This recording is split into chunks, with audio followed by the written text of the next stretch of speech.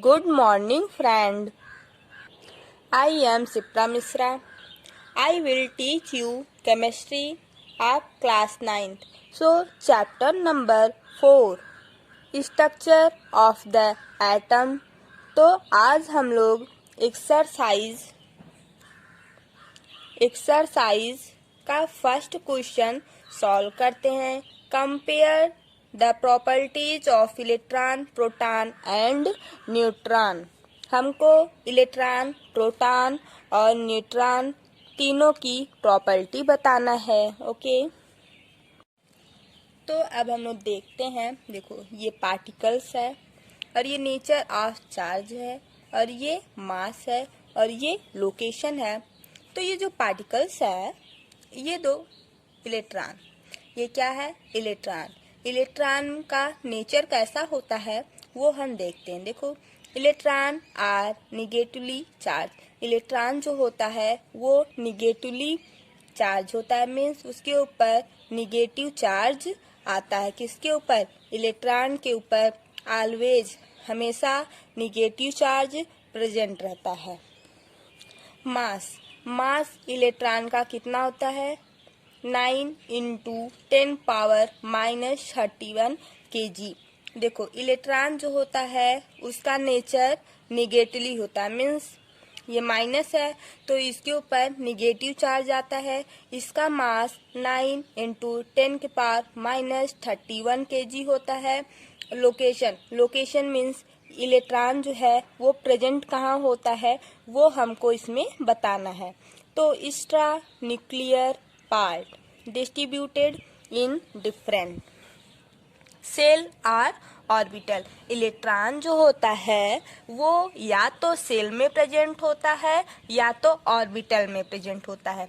तो एक बार हम फिर से देखते हैं। देखो, इलेक्ट्रॉन जो होता है उसके ऊपर निगेटिव चार्ज आता है। उसका मास जो होता है वो 9 × 10⁻³ kg का होता है।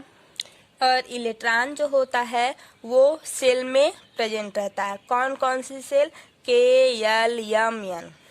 K, L, M, N cell में प्रेजेंट रहता है।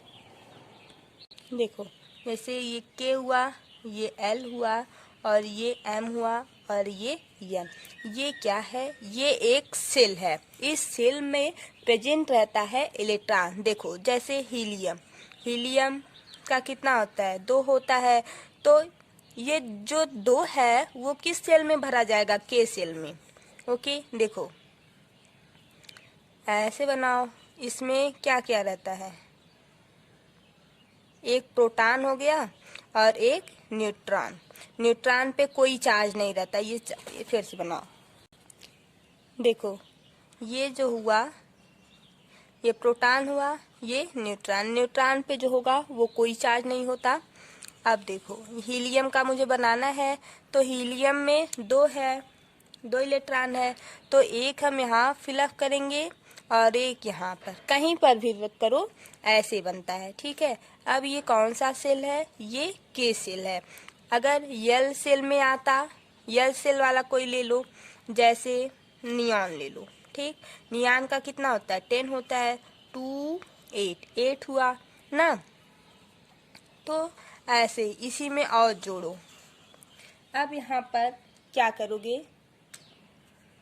यहाँ पर 8, 1, 2, 3, 4, 5, 6, 7, 8। अब ये पूरा फुल फिल्ड है। तो ये ऐसे इलेक्ट्रॉन जो होता है वो ऐसे सेल में, ये जितना ज़्यादा बढ़ता जाएगा इलेक्ट्रॉन वैसे वैसे सेल भी बढ़ता जाएगा। ठीक है, ये इस टाइप से बनता है।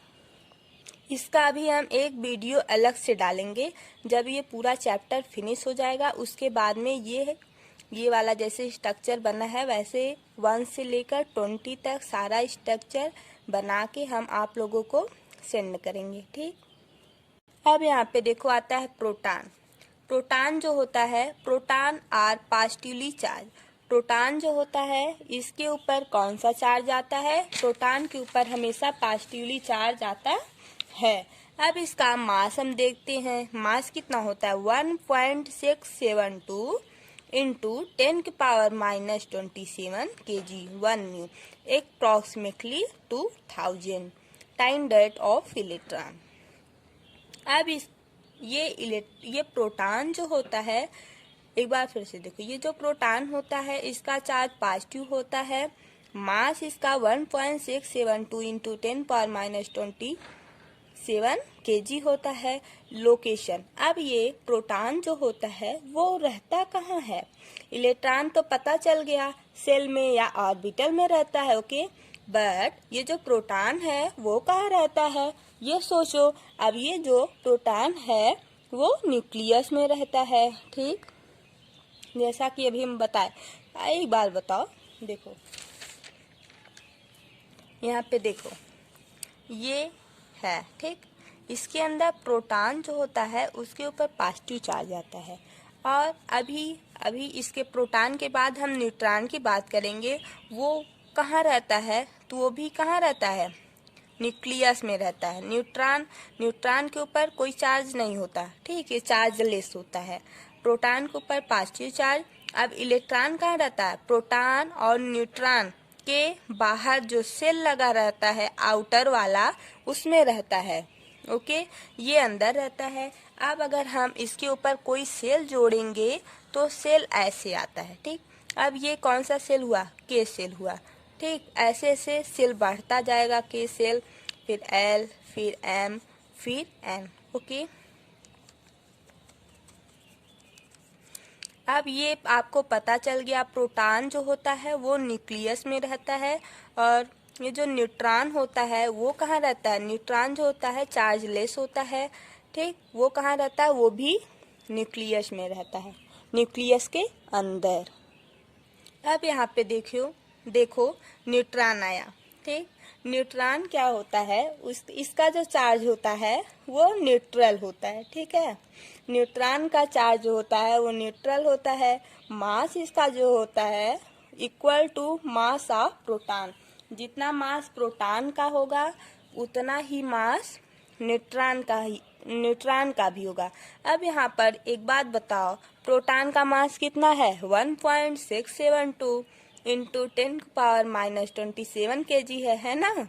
अब यहाँ न्यूट्रॉन का भी इतना होगा, जितना प्रोटॉन का मास है उतना न्यूट्रॉन का भी मास होगा।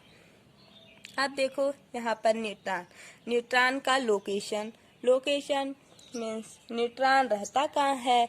तो न्यूट्रॉन जो है वो न्यूक्लियस के अंदर रहता है, ठीक। इतना बात आपको समझ में आ गया होगा। अब क्वेश्चन नंबर 2 आता है, what are the limitation of J Thomson models of the atom? क्या लिमिटेशन था जे थॉमसन का, ठीक। अब यहाँ पर हम इसको एकदम डिटेल में बता चुके हैं, आप वीडियो में देखेंगे तो सब बताएं एक बार, लेकिन यहाँ पर फिर से देखो, the limitation of J Thomson models of the atom. J Thomson का यह एटम का यह मॉडल था लिमिटेशन का। देखो, it could not explain the result of scattering experiment perform by Rutherford. ये जो एक है रॉबर्ट रदरफोर्ड, ये जो रदरफोर्ड साइंटिस्ट हैं वो क्या किए थे कि जो जे थॉमसन नहीं प्रूव कर पाए थे वो उन्होंने प्रूव कर दिया था, ठीक। क्या? अब यहाँ पे देखो, it did not have any experiment support. इनका एक्सपेरिमेंट में कोई सपोर्ट नहीं था। जैसे अगर कोई बता देता यहाँ पर ये गलती हो रहा है तो ये अपना दूर कर लिए होते, लेकिन वहाँ पर कोई सपोर्ट नहीं था एक्सपेरिमेंट में। जो इन्होंने नहीं प्रूव कर पाया था वो कौन कर दिया था? रदरफोर्ड ने कर दिया था वो एक्सपेरिमेंट को, ठीक। अब इसके बाद जो क्वेश्चन आता है उसमें रदरफोर्ड का लिमिटेशन क्या था वो बताना पड़ेगा। What are the limitation of Rutherford model of the atom? Atom में रदरफोर्ड का क्या लिमिटेशन था? इन्होंने क्या नहीं बता पाया था वो हमको इसमें बताना है। इसमें देखो क्या होता है, जैसे एक साइंटिस्ट आते हैं, वो जो चीज़ नहीं बता पाते हैं उसके बाद जो नेक्स्ट साइंटिस्ट आते हैं वो बताते हैं। फिर जैसे जे थॉमसन आए, इन्होंने जितना अपना दिमाग लगाया है ना, अगर उसके बाद इन लोग का दिमाग नहीं लगा तो वहीं पर रुक गए। फिर वहाँ पर जब रदरफोर्ड आए तो वो इनका ये जो मॉडल था उसको फेल कर दिया। मीन्स उसके आगे ये जो रदरफोर्ड है जे थॉमसन के आगे अपना दिमाग चलाने लगे। ठीक है, उसके आगे वहाँ से ये अपना दिमाग चलाने लगे। फिर जे थॉमसन का जो रूल था वो फेल हो गया। अब ये रदरफोर्ड का चलने लगा। फिर जब रदरफोर्ड के आगे कोई और साइंटिस्ट आते हैं, जैसे बोर आए, तो बोर क्या किए, वो रदरफोर्ड के जो लिमिटेशन, रदरफोर्ड का जो एक्सपेरिमेंट था वो फेल कर दिए। इसमें यही होता है कि जैसे एक साइंटिस्ट आते हैं, वो जो किए रहते हैं एक्सपेरिमेंट उसको क्या करते हैं, दूसरे साइंटिस्ट जब आते हैं उनका फेल कर देते हैं। आपका ये गलत है, चलिए आप जाइए, है ना, तो उनको हटा के अपना लगाने लगते हैं दिमाग। जब अपना दिमाग लगाते हैं फिर दूसरे साइंटिस्ट आते हैं, वो कहते हैं चलिए आप भी जाइए, आपका भी एक्सपेरिमेंट गलत है। फिर वो आते हैं, फिर वो अपना कुछ दिमाग लगा के चले जाते हैं, फिर कोई और साइंटिस्ट आता है, ऐसे ऐसे इसमें चलता रहता है। तो अब इसमें क्या हुआ था, देखो अब रदरफोर्ड का क्या लिमिटेशन था, it failed to explain the stability of an atom. ये जो है एटम का स्टेबिलिटी को नहीं बता पाए थे, एटम का कितना स्टेबिलिटी होता है ये रदरफोर्ड जो साइंटिस्ट है वो नहीं बता पाए थे। यहीं पर इनका रूल फेल हो गया था। अब आता है it does not explain the spectrum of hydrogen and other atom.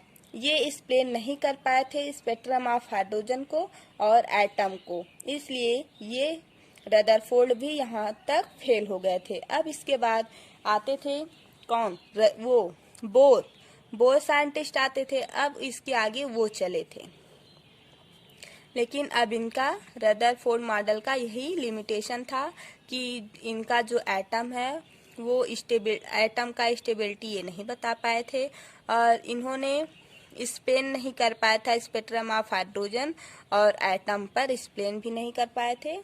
ठीक है, ये आपका क्वेश्चन है, ये सब इम्पोर्टेंट है, एग्जाम में आता भी है।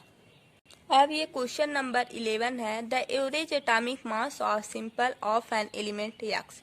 कोई एक एटॉमिक मास का यक्स एलिमेंट है जिसका 16.2 म्यू है। What are the percentage of isotope 16/8 x and 18/8 x in a sample. अब इसमें क्या करना है, हमको परसेंटेज बताना है किसका, आइसोटोप्स का ना। अब यहाँ पे देखो, यहाँ पे हम लोगों को क्या करना पड़ेगा, जो क्या है 18x दिया हुआ है ना, कोई एक एलिमेंट है, इसको मान लो 18y, और एक दिया हुआ है क्या 16y। ठीक, एक 18 है एक 16 है, तो यहाँ पर दोनों को ऐड करो, परसेंटेज में निकालना है तो 16y। अब यहाँ पर एक बात बताओ, देखो यहाँ पर 16y/100 करो, क्योंकि यहाँ पे देखो it is given that average atomic mass of a simple element x is 16.2 mu. Let the percentage of isotope 18/8 x by y। अगर यहाँ पे बाई है मीन्स यहाँ पे मल्टीप्लाई का साइन होगा। Percentage, thus the percentage of isotope 16/8x will be 100 minus y percentage. ठीक, अब यहाँ पर ये जो है इसको सॉल्व करना है। देखो 18 into y/100 plus 16 into 100 minus y/100 equal to पूरे का इक्वल, पूरा 100 है, 100 माइनस जब हम y करेंगे तब 18 के इक्वल आएगा, यहाँ पर 18x isotope by 100 equal to इतना। अब ये जो इक्वेशन आया है इसको हमको सॉल्व करना है। तो चलो सॉल्व करते हैं। अब यहाँ पे देखो 18y/100 plus 16 into 100 minus y/100 equal to 16/2। अब यहाँ पे एक बात बताओ, 100 को कॉमन लो, ठीक, यहाँ पर 100 है, 100 कॉमन लो, तो 18y, इस ब्रैकेट को ओपन करो तो कितना आएगा, इसका मल्टीप्लाई इतना आ जाएगा, माइनस 16y इक्वल टू इतना। अब यहाँ पर एक बात बताओ, ये वाला जब इधर जाएगा तो मल्टीप्लाई होगा, है ना, मल्टीप्लाई होगा। देखो 18y माइनस 16y प्लस इतना। अब इसका जब मल्टीप्लाई करोगे तो 16 इंटू 2 16.2 इंटू 100। जब यहाँ पे पॉइंट है, यहाँ पर 100 है, तो ये एक पॉइंट यहाँ से कैंसिल होगा, ये 0 जुड़ेगा। यहाँ पे देखो 18y माइनस 16 जब हम माइनस करेंगे क्या आएगा, 2y आ जाएगा ना। अब यहाँ पर इसको लिखो, यहाँ से क्या बचेगा, इतना मल्टीप्लाई करने पर आएगा, क्योंकि यहाँ पॉइंट है, एक पॉइंट कैंसिल हो गया, इसको हटा दो, ये 0 इससे मल्टीप्लाई हो जाएगा। अब यहाँ पे देखो 2y इक्वल टू, अब यहाँ पे प्लस है, फिर इसको हम इधर लेके जाएंगे, माइनस आएगा कि नहीं आएगा, बिल्कुल आएगा।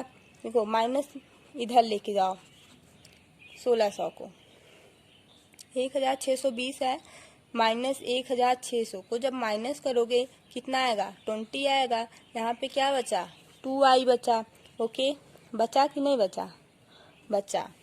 अब यहाँ पे देखो y 20/2 जब करोगे y की वैल्यू 10 आएगी कि नहीं आएगी, तो ये आपका आंसर हुआ। समझ में आया? ये सब इजी है, बस एक बार क्या करना पड़ता है, जैसे यहाँ पर 100 आ गया है ना, तो यहाँ पर तुम एक बात और कर सकते थे, क्या नहीं, यही इजी है। इस टाइप से हम लोग सॉल्व किए ना, तो ये इजी है, ओके। अब आता है देखो क्वेश्चन नंबर 12, z की वैल्यू 3 है। अगर z है वैल्यू 3 है, z किससे रिप्रेजेंट करते हैं, एटॉमिक नंबर रहता है, एटॉमिक नंबर को z से रिप्रेजेंट करते हैं, ठीक, इतना समझ में आ गया आपको। What would be the valency of the elements, also name the elements. अब यहाँ पर वैलेंसी बताना है और इसका नाम बताना है कि अगर z इक्वल टू 3 है तो इस एलिमेंट का क्या नाम होगा और इसकी क्या वैलेंसी होगी। इलेक्ट्रॉनिक कॉन्फ़िगरेशन इसमें करना है। तो देखो यहाँ पर z की वैल्यू क्या है, 3 है, z equal to 3, we means that the atomic number of the element is 3। Element अगर एटॉमिक नंबर 3 है तो एलिमेंट 3 पे कौन सा आता है, hydrogen, helium, lithium. Hydrogen first पे आता है और हीलियम सेकंड पर आता है और लिथियम जो है वो थर्ड पे आता है, मीन्स z इक्वल टू 3। ये किसका है, लिथियम का। अभी हम पहले बता दिए, देखो इट इलेक्ट्रॉनिक कॉन्फ़िगरेशन इज 2 1। जैसा देखो electronic configuration z equal to 3 है तो पहले सेल में 2 भरा जाता है और दूसरे में 8 भरा जाता है, तो यहाँ पर 1 है तो 1। Hence the valence of the element is 1। Valency इसकी जो हुई वो कितना हुआ, 1, ठीक। Since the outermost shell had only 1 electron, क्योंकि आउटर मोस्ट सेल में ओनली 1 इलेक्ट्रॉन है, तो इसलिए इसकी वैलेंसी कितना हुई, 1 हुई।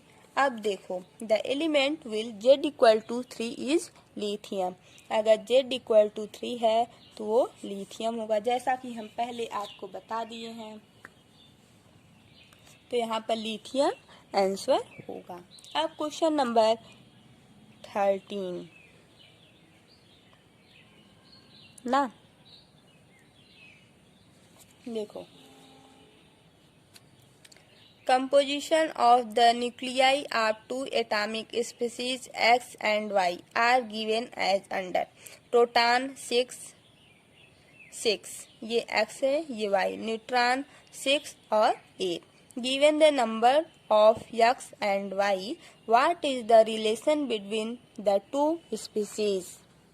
इसमें जो है X और Y का बताना है कि मास नंबर क्या है. देखो, mass number of x, mass number equal to होता है numbers of proton plus numbers of neutrons. अब देखो, नंबर्स ऑफ प्रोटॉन कितना दिया हुआ है 6 और न्यूट्रॉन भी 6 दिया था. दोनों को ऐड करेंगे फर्स्ट वाले में ना, तो मास नंबर ऑफ एक्स कितना आ जाएगा 12. मास किसका 12 होता है? कार्बन का. ठीक, तो ये कार्बन का आ जाएगा. अब यहाँ पे देखो, mass number of y, numbers of proton 6 है, प्रोटॉन 6 है. नंबर्स ऑफ न्यूट्रॉन कितना है? 8 है. इन दोनों को जब हम ऐड करेंगे तो मास नंबर ऑफ वाई आएगा 14 आया. 6 12 और 2 14 आया. अब यहाँ पे जो 14 आया किसका एटॉमिक मास होता है? नाइट्रोजन का. Here two atomic species X and Y have the same atomic number, okay, but different mass number. Atomic number इसका सेम है but different है क्या? Mass number. मास यहाँ पर अलग है और यहाँ पर अलग है. Hence there are isotopes. ये क्या हुआ? आइसोटोप. अब बताओ आइसोटोप्स में क्या होता है? आइसोटोप्स में जो होता है एटॉमिक नंबर दोनों में सेम है. देखो, यहाँ पर नंबर्स ऑफ प्रोटॉन भी 6 है, यहाँ पर नंबर्स ऑफ प्रोटॉन 6 है. ठीक, डिफरेंट क्या रहता है? Mass number. अगर यहाँ पर एटॉमिक नंबर सेम है और मास डिफरेंट है तो हम बोलेंगे दिस इज ए आइसोटोप्स. यह आइसोटोप्स है. ठीक, अब यहाँ पे एप्लीकेशन आइसोटोप्स. एप्लीकेशन है किसका? आइसोटोप्स का. And isotopes of uranium as use as a fuel in nuclear reactor. ठीक, आइसोटोप्स क्या है? यूरेनियम है. ये यूज कहाँ किया जाता है? फ्यूल इन न्यूक्लियर रिएक्टर में. ओके, ये फर्स्ट है. ये सब बहुत इम्पोर्टेंट है. And isotopes of cobalt is used in a treatment of cancer. ये जो आइसोटोप्स कोबाल्ट का होता है, कोबाल्ट का यूज हम कहाँ करते हैं? कैंसर के ट्रीटमेंट में. अब देखो, an isotopes of iodine is use in a treatment of goitre. अब इसका ये जो आइसोटोप होता है आयोडीन, आयोडीन का यूज हम कहाँ करते हैं? ग्वाइटर्स में. ओके, तो ये सब बहुत इम्पोर्टेंट है एग्जाम के लिए. आप लोगों को समझ में आया? अगर आप लोगों को इस क्वेश्चन में कुछ समझ में नहीं आया हो तो आप कमेंट बॉक्स में कमेंट कर सकते हैं.